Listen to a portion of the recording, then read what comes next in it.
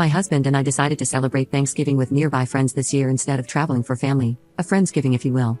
I have everything prepared already, actually ordered a Thanksgiving meal for 15 people even though there's only around 10 of us. One of my friends, whom I've known for 5 years, has been going through a tough time recently, and I wanted her to come, especially since it would be really weird if she was in town and wasn't invited. My friend, let's call her Tina, has been engaged to her fiancé Max for over 5 years. They were engaged before I met her.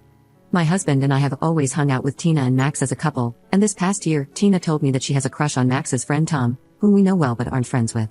I tried to support her and be a good friend, but since she was sharing details about how she flirted with Tom when he visited, and the physical interactions they had, I told her I wasn't comfortable hearing those details.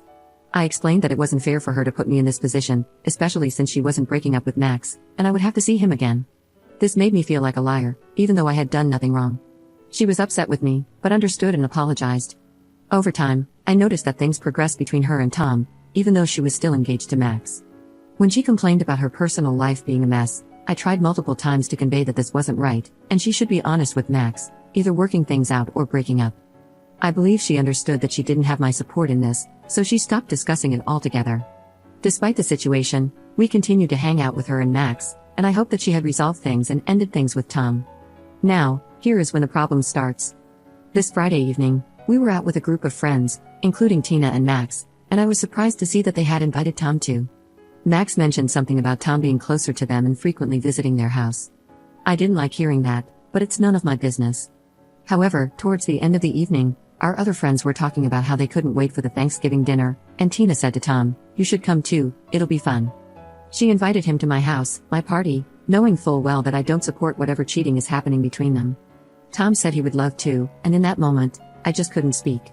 My husband said it was a great idea, and that sealed the deal. An important piece of information: my husband knows nothing about what is going on with Tina and Tom because I wanted to respect her privacy and didn't want to reveal her secrets to anyone, including my husband. After Friday night, I've been feeling sick to my stomach and so frustrated. So, I decided to cancel the Thanksgiving party from being at our house, and I asked one of my friends if she could host it instead if I sent all the food there. I purposely chose the one friend who doesn't know Tom at all and wasn't with us on Friday evening, so since he's not in the original text group where we sent the invitation, he's not invited. Tina was furious with me and sent me a long message saying I had no right to do that just to uninvite Tom, because I have no idea what has happened between them since I refused to hear details.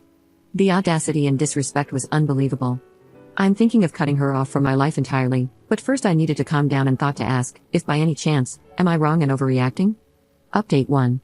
Tina has proceeded to practically bully me with texts over 3 days, telling me things like, "You're not a good friend because you don't want me to be happy," and, "You're a professional failure because you didn't get that job you wanted." Given all the drama, it didn't make sense to keep it a secret from my husband, so I told him. He decided that it's better that we tell Max, not only because he deserves to know, but also because we will cut her out of our lives, so Max will have questions anyway. We decided to do it after Thanksgiving, and we're trying to decide whether or not to tell Tina beforehand, so she could tell him first if she wanted to. This was so that Tina wouldn't feel like it was a betrayal of some sort, not that she deserves any grace at this point, but for basic human decency. We decided we would go to the Thanksgiving dinner and not provoke any drama so that the night wouldn't be ruined for the rest of our friends. There was no reason to believe that Tina would cause any scenes because she was acting normal in the group chat, and even joked about something I said, even though separately she was sending me rage messages, cringe by the way. However, this late afternoon, I learned that she had created an additional group chat and told our friends that I had been spreading lies about her to them, and anything I had told them was a lie to make her look bad, even though I hadn't spoken to them yet. My plan was to simply communicate to them that I had cut Tina out of my life, without providing any details other than saying that she tried to involve me in situations that made me uncomfortable. I also had planned to tell them that they didn't need to choose between me or her, and that we could still hang out, and I wouldn't mind skipping the events where they wanted to invite Tina. Not optimal, but the best I could have done. In addition, she asked them to choose between her and Max, and me and my husband, because she couldn't stand to be in the same group of friends as me anymore after I ruined her life. Needless to say, my friends were super confused. They reached out to me almost immediately, and I showed them all the messages and told them everything. The friend who was hosting tomorrow said that apparently Tina had asked if she and Max could bring a friend, most probably Tom. After an hour-long conversation with my friends, we decided to tell Max collectively today, and not have them join the dinner tomorrow, but Max could still come if he wanted to. One of the friends called Max and told him we all needed to speak with him, and to come alone. He showed up less than 20 minutes later, but he showed up with Tina. She was already in a rage and started yelling at everyone. We managed to tell him through a lot of drama and denying. Turns out he had a hunch and didn't want to admit it to himself. Also, it turns out that they are both pieces of crap because he was apparently in a serious relationship with Tina's friend before leaving her for Tina. We are all glad they are out of our lives. In a last low blow, Tina told me in front of everyone to take care of my marriage instead of her relationships because, according to her, when she and Max lived with us for a few months prior, she had an affair with my husband. Of course, I don't believe it, but it left such a bitter taste.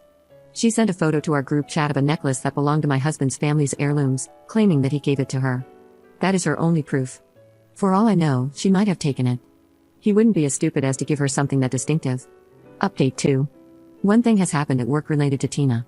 We work at the same institution, a big university. I do clinical research and teaching at the university, but I am also a medical doctor, so for part of the week, I am at the hospital practicing, and I never lock my office. Yesterday, I went to my office in the afternoon after a couple of hours at the hospital, and I realized that my degrees were gone. Not the frames, just the degrees. I sat there and ugly cried and finally realized how hard this entire year has been.